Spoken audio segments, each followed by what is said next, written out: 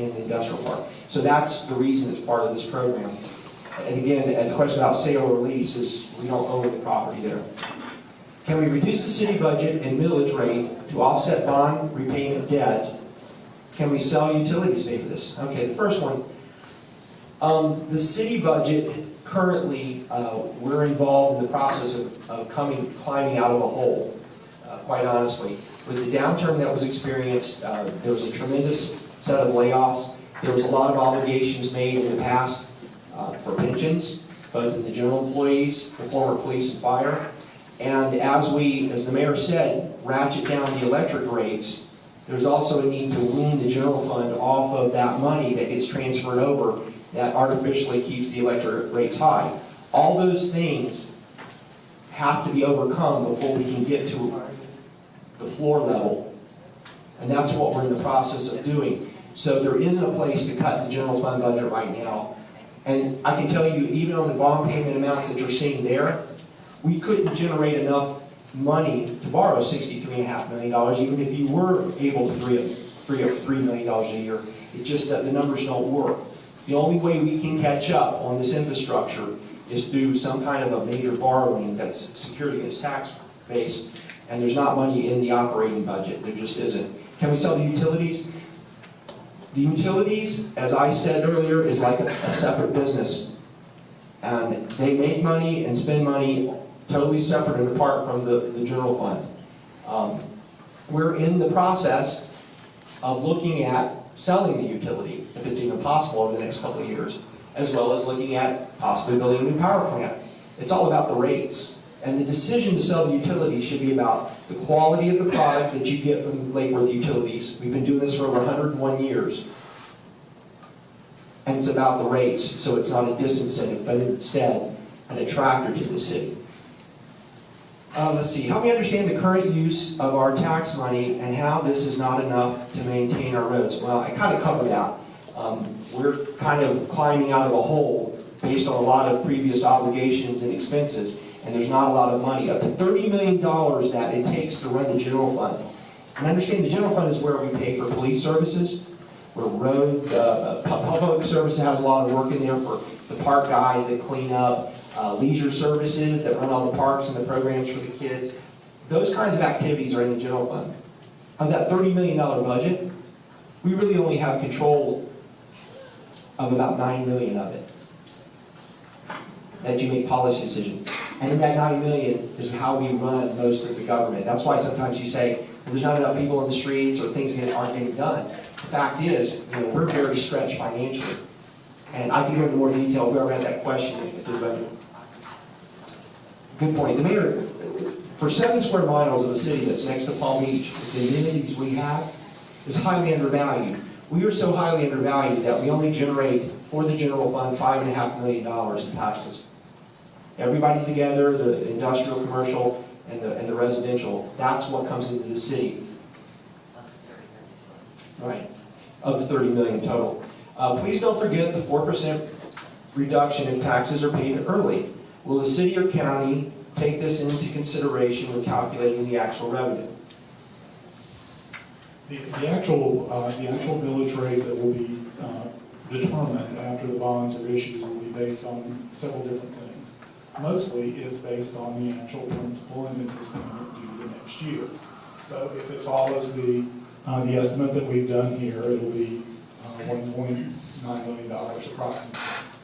In order to raise $1.9 million, we have to make sure that we apply a millage rate that will allow for the 4% reduction, the discount that people get by paying early.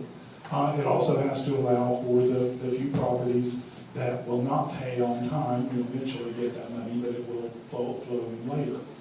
So the millage rate that will be set each year,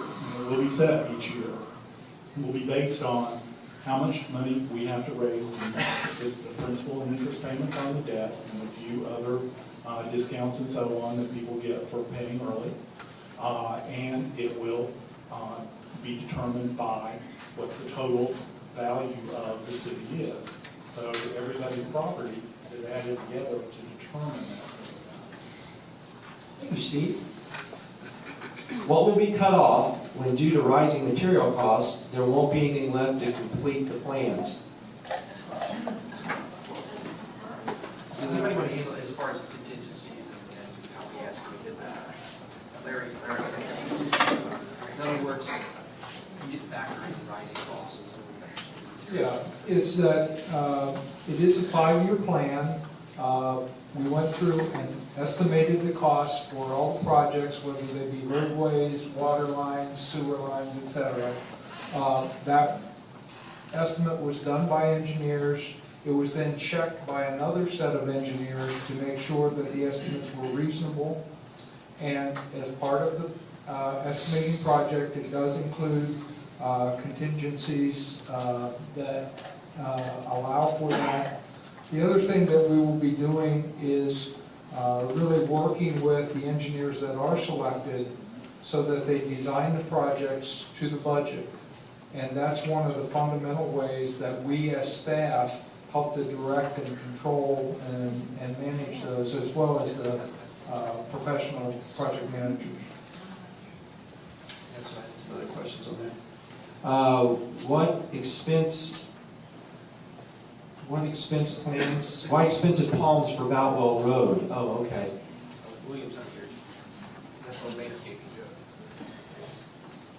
Yeah, is, again, the project with Boutwell Road includes a number of segments. The landscaping is a relatively small percentage of the total cost. It does include landscaping. If you drive streets in West Palm Beach, or if you drive streets that would have been improved down 6th Avenue South as an example, you will see landscaping that does improve the aesthetics of the project. And so we're incorporating that, as well as we're incorporating swales and drainage features to make the project more sustainable for the long term. And to that point, there was enough room there to actually plan for landscaping, and we don't have that in other parts of the city. However, remember that each part of the city, there's an $800,000 neighborhood enhancement section as well. And if landscaping is something in your area that you're really interested in, then that's something we need to talk about. 5.5% interest is very high. Does this indicate risk? General obligation bonds are not risky. That's an estimate. We're trying to be conservative in the numbers. What will be done about dangerous bicycle traffic?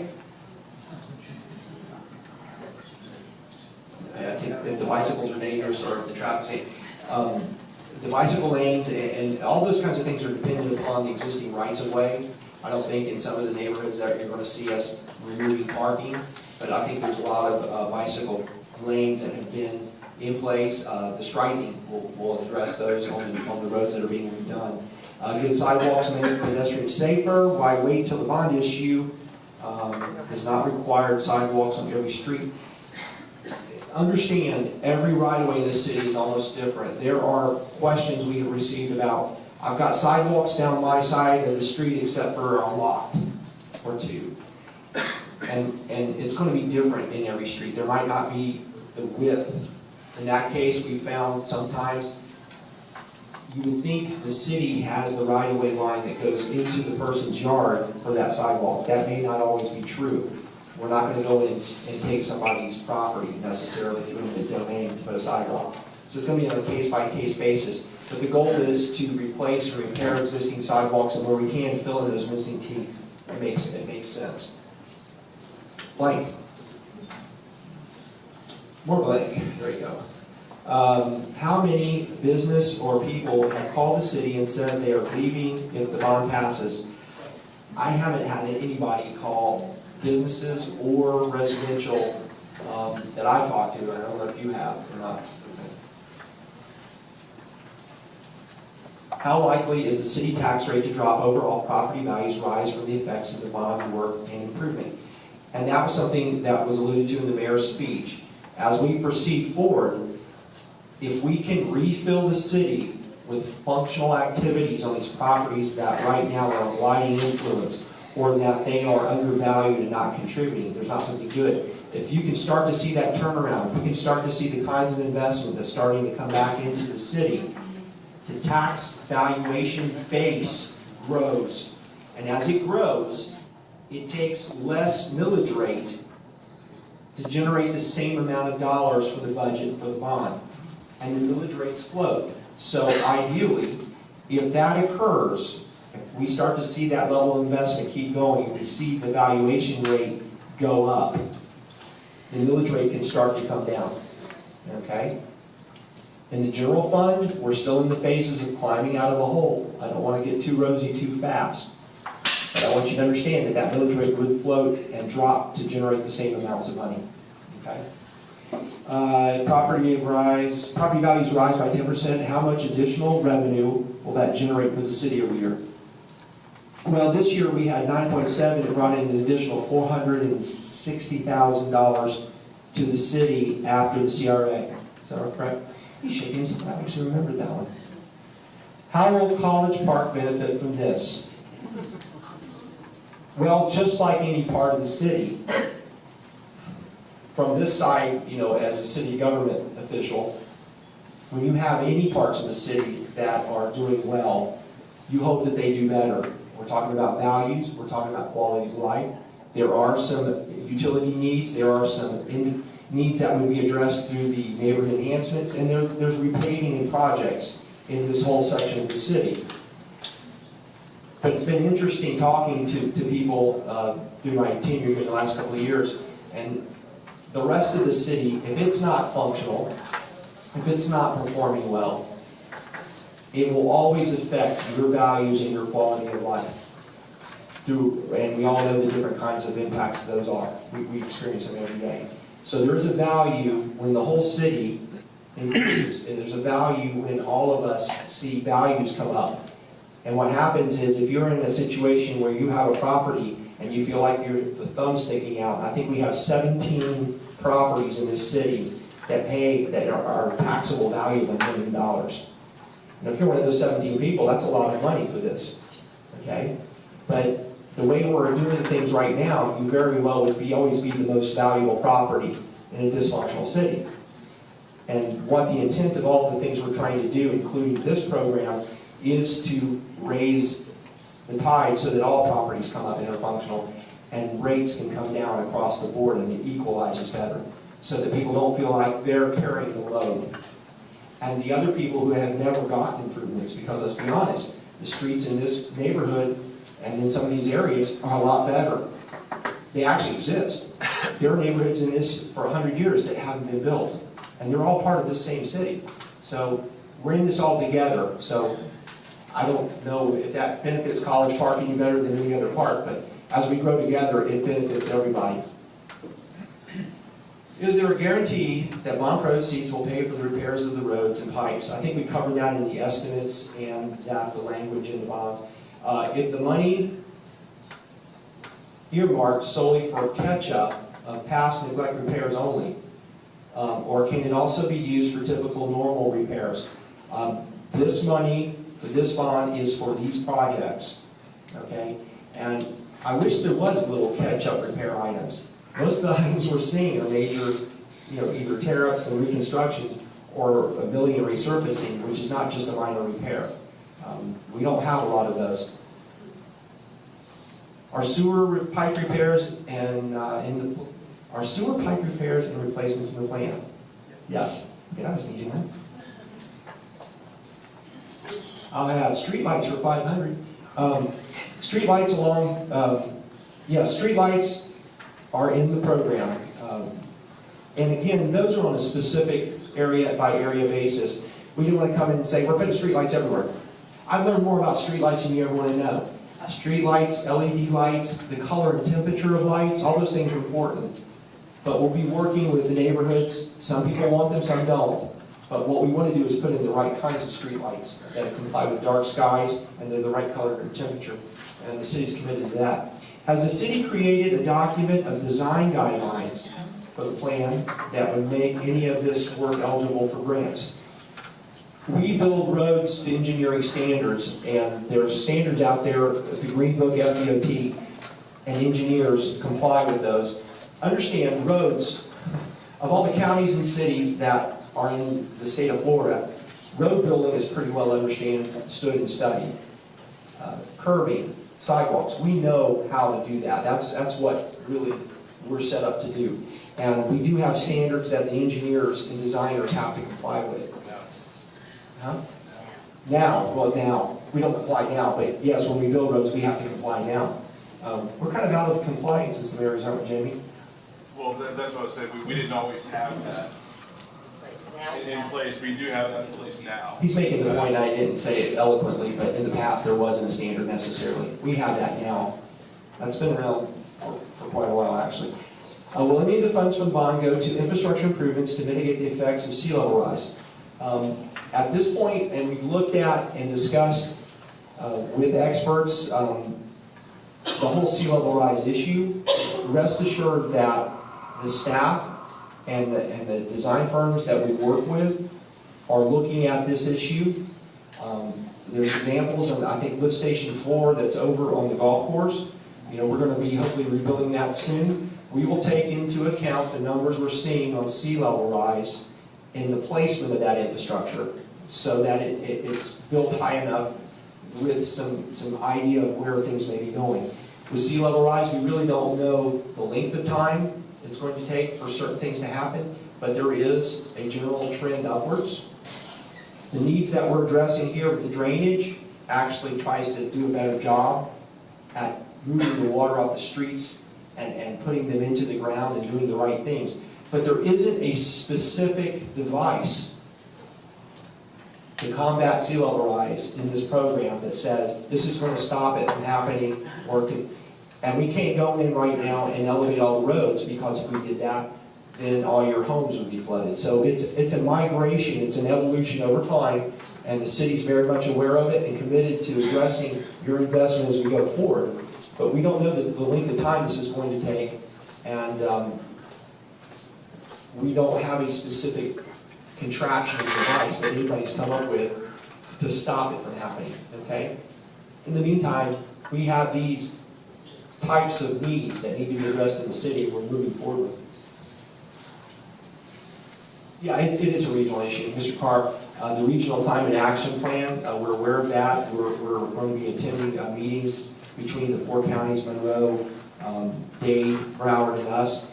And the best minds in the engineering world, the weather world, as well as the engineering folks are down there, and they're talking about these issues, and trust me, we'll be right on top of it. What's the consequences if we wait? You basically understand now that as a government, we're limited in resources, and you'll be seeing sort of what is happening now. We have limited amounts of money that we put towards patching and just maintaining what we can, and we would never catch up. What is Plan B? Well, that's the same kind of thing. As the mayor likes to say, this is Plan A. We haven't had a Plan A before. We would continue to do at this point what we've been doing because that our resources dictate that. 3% degradation.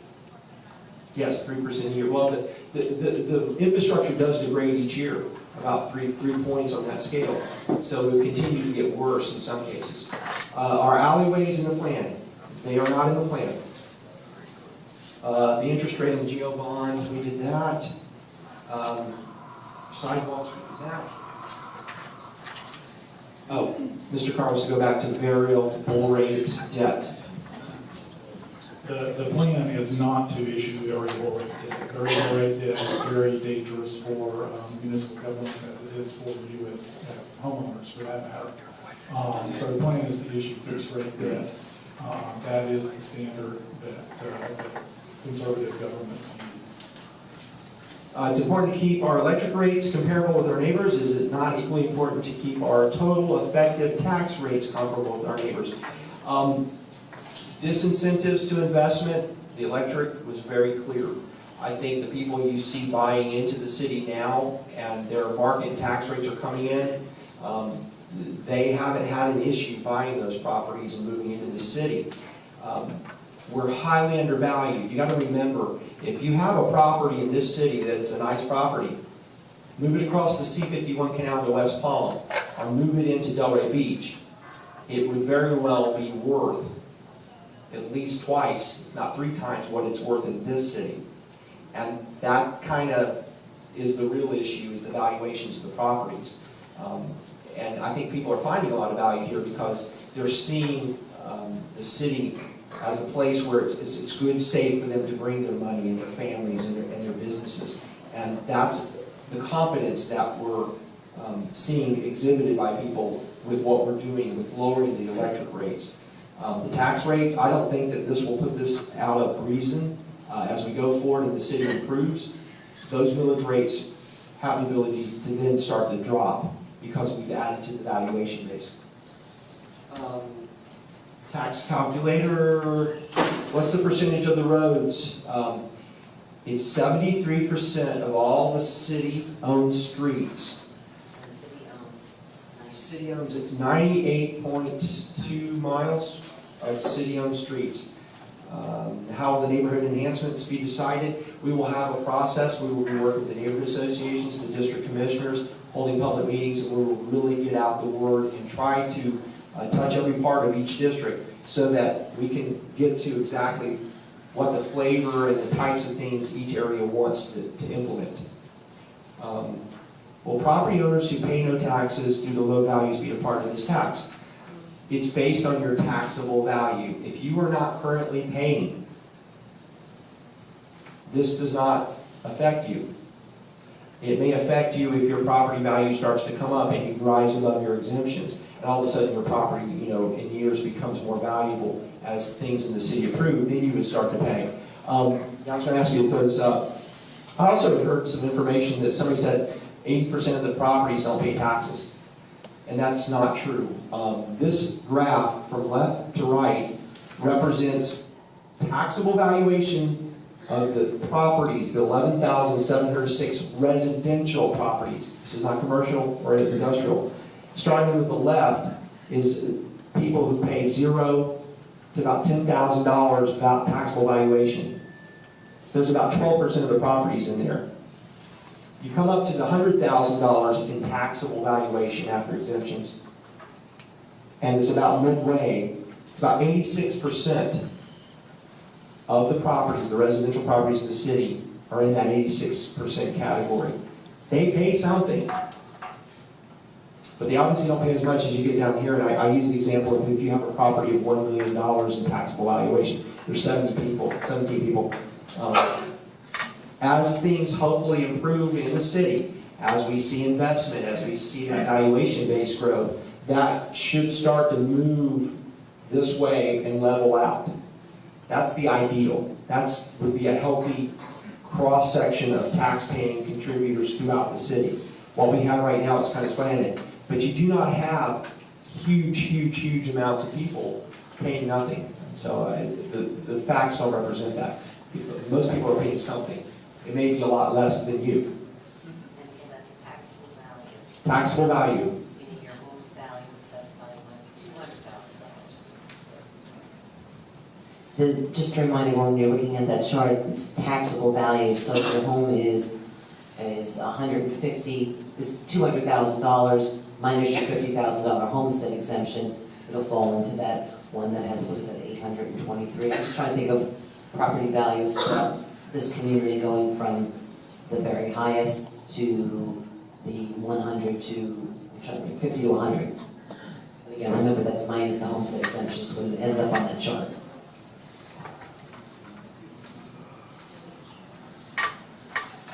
Can a future commission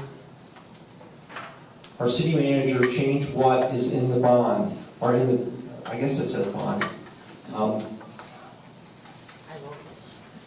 The ballot language restricts the borrowings to those activities within the rights of ways.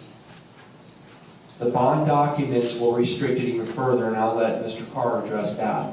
And then the engineering and design components that we're committing to reflect specifically what you've seen on that red map. It can't be used for other purposes other than that. And Steve, I don't know if you want to address bond documents and what's in there, but that might be helpful. Excuse me.